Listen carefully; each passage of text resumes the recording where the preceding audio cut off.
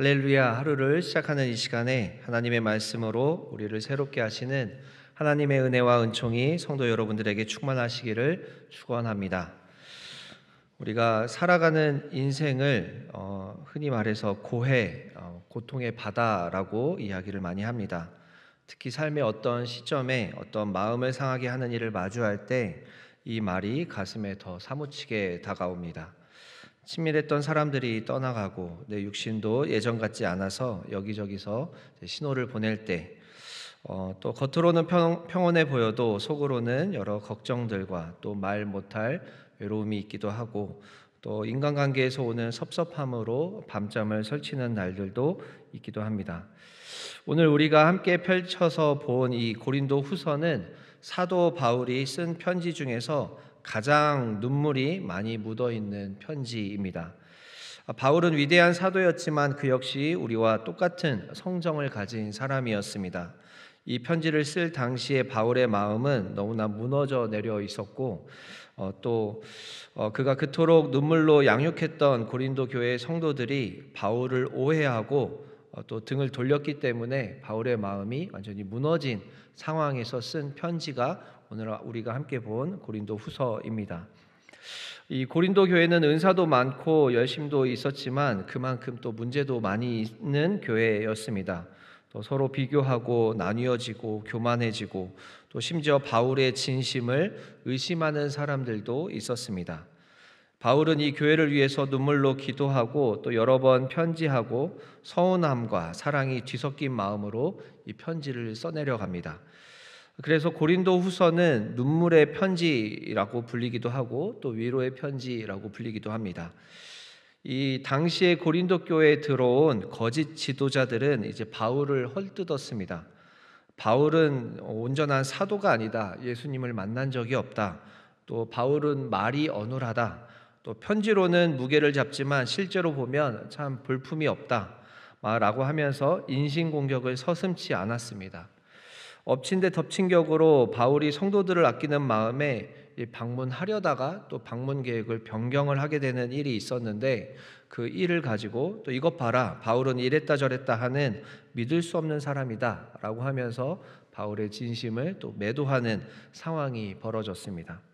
가장 믿었던 사람들에게 받는 오해, 또 사랑을 쏟았던 사람들에게 받는 배신감이 바울에게 지금 가득한 상황입니다. 성도 여러분들 중에서도 이 마음이 어떤 것인지 아시는 분들이 계시리라 생각이 됩니다. 사람과의 관계 속에서 특별히 이제 믿었던 사람들에게 상처를 받아서 잠도 안 오고 가슴이 먹먹해지는 그런 종류의 아픔, 그런 상황들을 성도 여러분들께서도 알고 계시지 않을까 싶습니다. 고린도 후서는 바로 그 찢어지는 마음, 차가운 오해의 현실 속에서 쓰여진 편지입니다. 하지만 놀랍게도 바울은 이 편지를 자신의 하소연으로 시작하지 않습니다. 오늘 읽은 이 1장을 시작하자마자 바울은 하나님을 찬양하면서 이 글을 써내려 갑니다. 눈물 젖은 눈을 들어서 하나님을 바라봅니다. 오늘 본문은 인생의 겨울을 지나고 있는 우리에게 두 가지 하나님의 메시지를 전해주고 있습니다. 하나는 상처를 사명으로 바꾸는 위로이고, 또 하나는 변덕스러운 세상에서 붙드는 이 아멘의 신앙이다라고 할 수 있겠습니다. 오늘 본문을 통해서 주시는 하나님의 첫 번째 메시지는 환난은 단순한 고통이 아니라 누군가를 살리는 위로의 수업이다라는 것입니다. 우리가 경험하는 이 환난은 단순한 고통에서 끝나는 것이 아니라 결국에는 나중에 누군가를 살리는, 위로할 수 있게 되는 그 근육이 생기는 시간이다라고 하는 것입니다. 바울은 3절에서 하나님을 자비의 아버지시요 모든 위로의 하나님이라고 하면서 외칩니다. 위로라는 말이 얼마나 듣기 좋은가. 헬라어로 이 위로라는 말은 파라클레시스라고 이렇게 씁니다. 이 말은 단순히 힘내라, 잘 될 것이다, 이 정도의 말로 한번 툭 쳐주는 어떤 그런 가벼운 위로의 인사가 아닙니다. 이 단어는 곁으로 부른다라고 하는 또 다른 의미를 가지고 있습니다.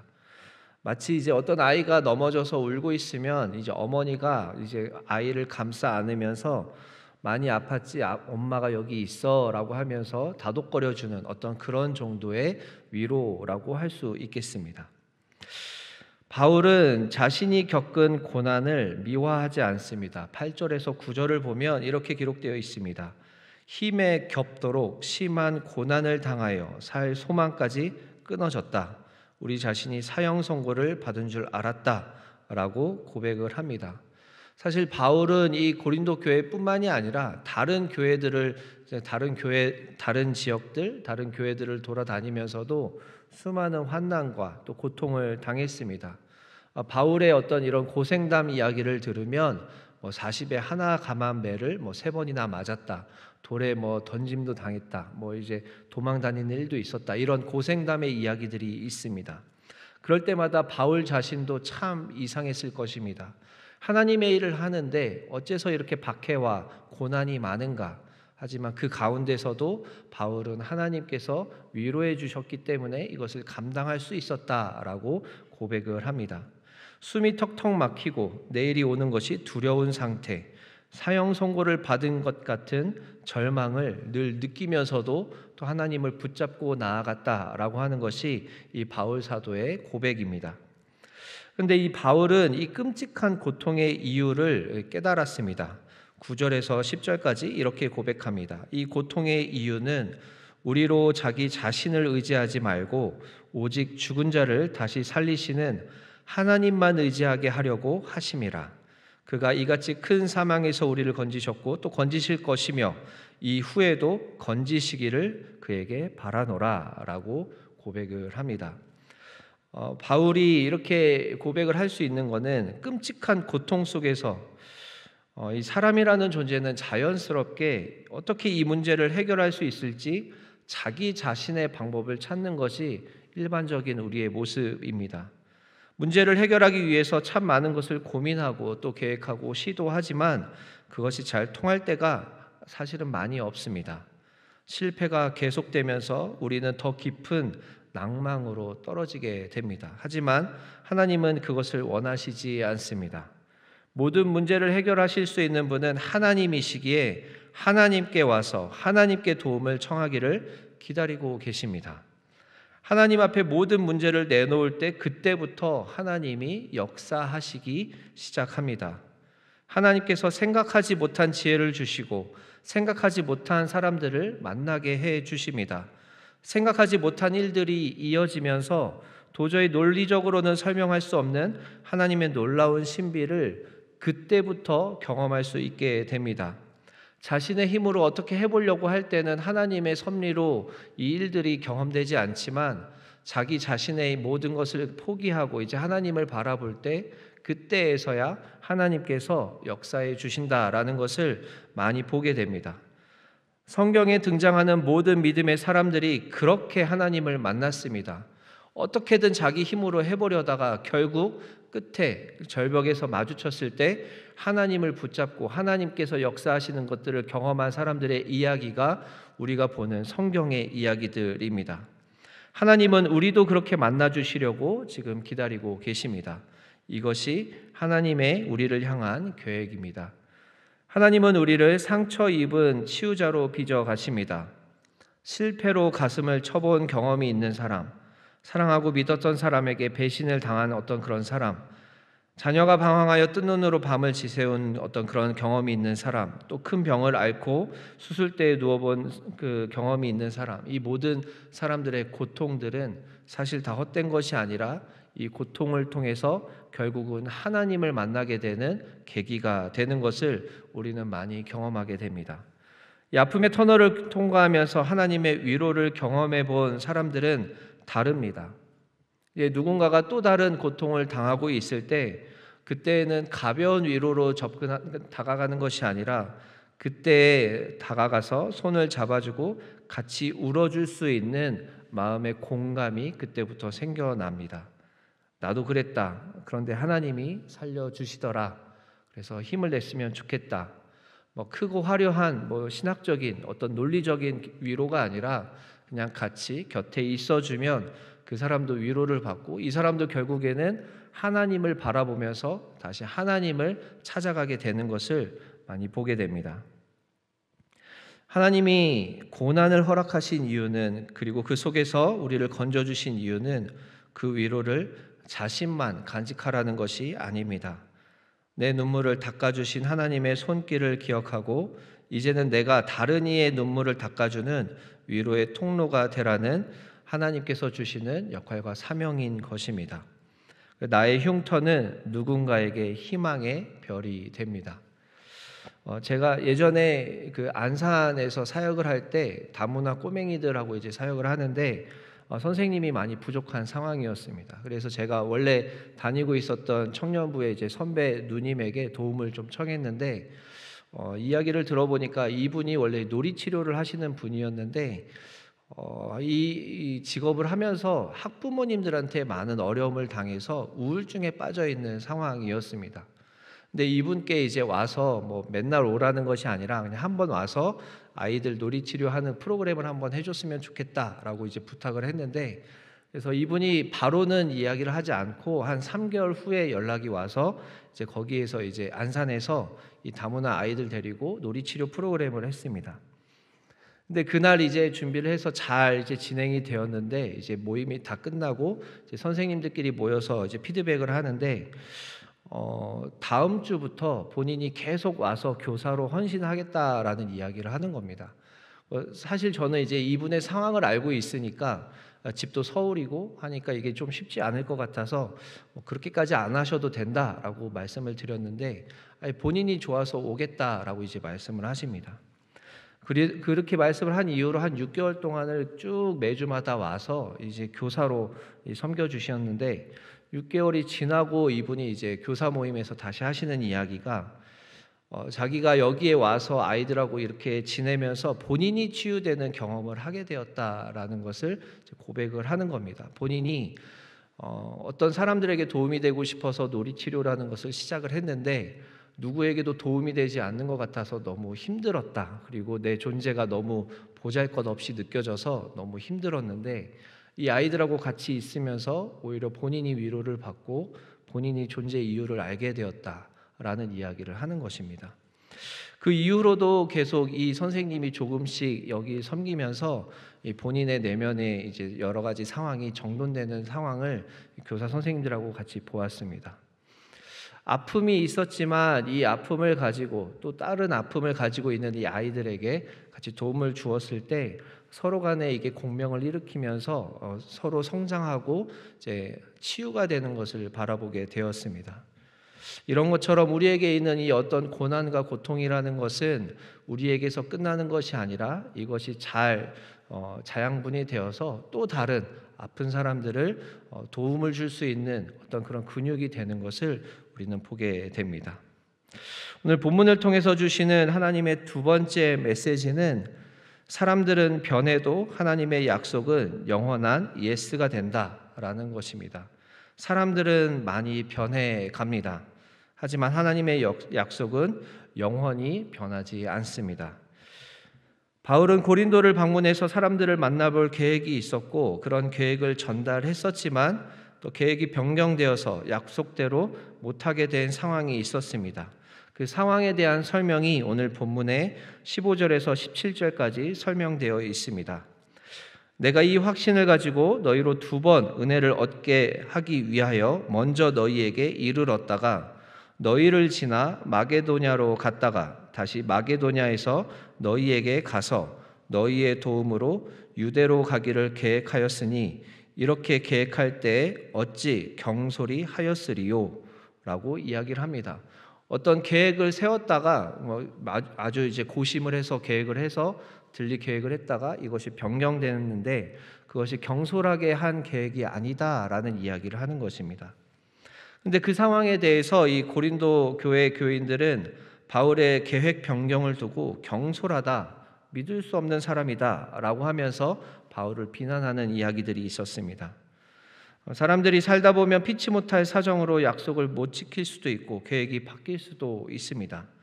그런데 그것을 가지고 당신은 원래 그런 사람이야 라고 하면서 바울의 인격을 모독할 때 이 바울의 마음은 얼마나 섭섭했을까.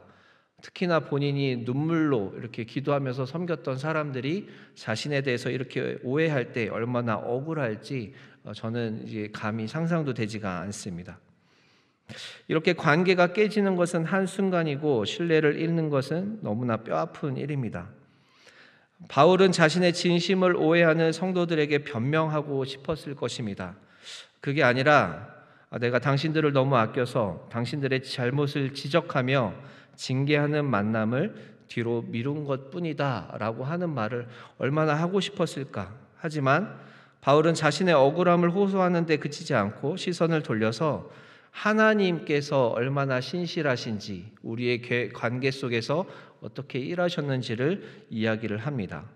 그 이야기가 18절부터 20절까지의 말씀인데, 이 말씀이 개역개정으로 보기에는 약간 뉘앙스가 와닿지 않아서 공동번역 버전으로 제가 읽어드리겠습니다. 내가 하나님의 진실성을 걸고 맹세하거니와 여러분에게 한 나의 약속은 이랬다 저랬다 하지 않습니다. 그리고 실로아노와 디모데와 내가 여러분에게 선포한 하나님의 아들 예수 그리스도는 이랬다 저랬다 하시는 분이 아닙니다. 그리스도에게는 언제나 진실이 있을 따름입니다. 하나님의 모든 약속이 그리스도를 통해서 그대로 이루어졌기 때문입니다. 그래서 우리는 그리스도를 통해서 하나님을 찬양하며 아멘 하고 응답합니다. 바울이 여기서 이야기하는 것은 사람들은 계속 왔다 갔다 하지만 우리 그리스도는 진실해서 이랬다 저랬다 하시는 분이 아니고 우리는 그 그리스도 안에서 그리스도의 길대로 그대로 나아가면서 아멘으로 고백한다라는 말을 하는 것입니다. 사람의 마음은 조석번개라고 합니다. 아침 저녁으로 계속 바뀝니다. 사람들도 내 마음 같지 않고 부부간에도 내 편이 아닌 것 같을 때가 있습니다. 상황에 따라 상황도 달라지고 약속도 뒤집히고 자신의 인생의 계획은 수시로 어긋나게 됩니다. 그래서 우리는 사람에게 실망하고 또 많은 상처를 받습니다. 그래서 바울은 이렇게 선포합니다. 사람은 변하고 상황은 달라져도 우리를 향한 하나님의 사랑과 구원의 약속은 절대로 취소되지 않습니다. 하나님은 한 번 맺은 언약을 끝까지 지키시는 분입니다. 이 사실을 보증하기 위해서 우리 마음에 성령을 주셨습니다. 성령님이 우리 안에 계시다는 것은 하나님이 너는 내 것이다, 내가 너를 천국 가는 그날까지 책임지겠다라고 도장을 찍어주신 것과 같습니다. 그리고 이것을 보증금이라고 표현합니다. 확실한 담보의 표현입니다. 그러므로 사랑하는 성도 여러분, 인생이 내 뜻대로 풀리지 않을 때, 억울한 오해를 받을 때, 그때가 바로 하나님께 아멘이라고 외칠 때입니다.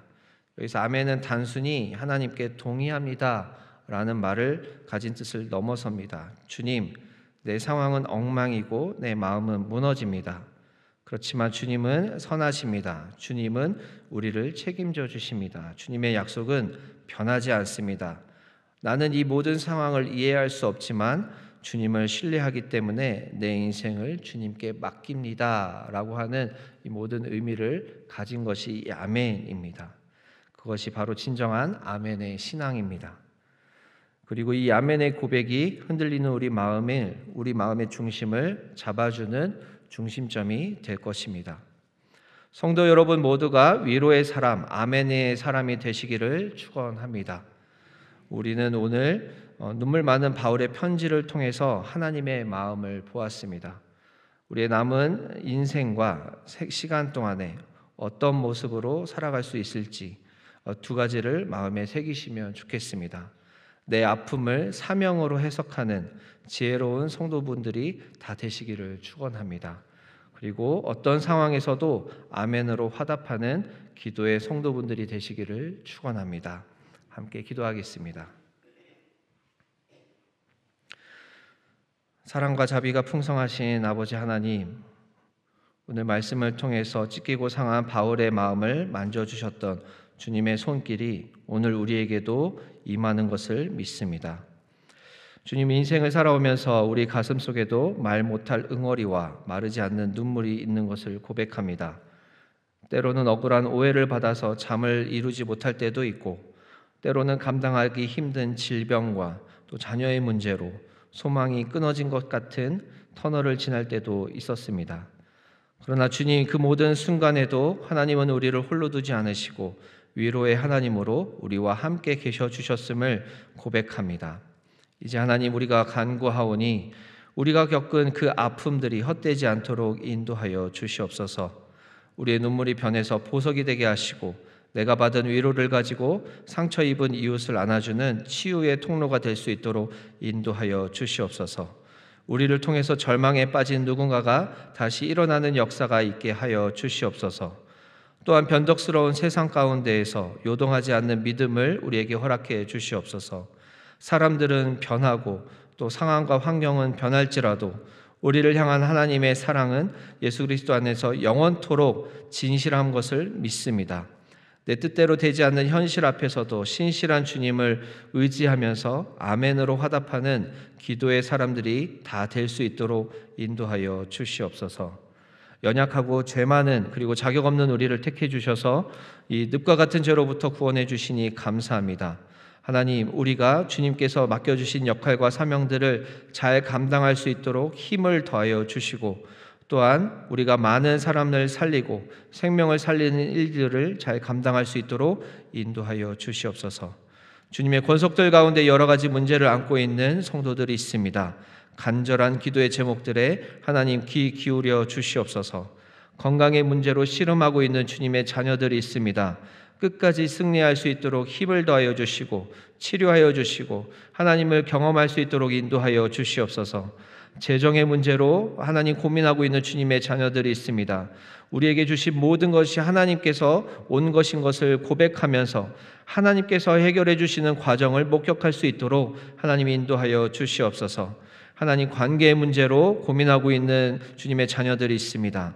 하나님께서 개입해 주시고 간섭해 주셔서 우리가 우리의 지혜로는 풀 수 없는 이 관계의 문제를 하나님의 방법으로 해결하여 주시옵소서. 하나님 과정의 문제들이 있습니다. 남들에게 차마 말하지 못하는 여러 가지 문제들이 있습니다. 하나님께서 가정마다 역사해 주셔서 하나님께서 해결하여 주시고 모든 가정이 하나님을 주님으로 고백할 수 있도록 하나님 인도하여 주시옵소서. 하나님께 돌아와야 하는 영혼들 많이 있습니다. 하나님께서 속히 돌아올 수 있도록 인도하여 주시옵소서. 오늘 하루의 삶을 하나님께 맡겨드립니다. 사랑이신 예수 그리스도의 이름으로 기도드립니다. 아멘.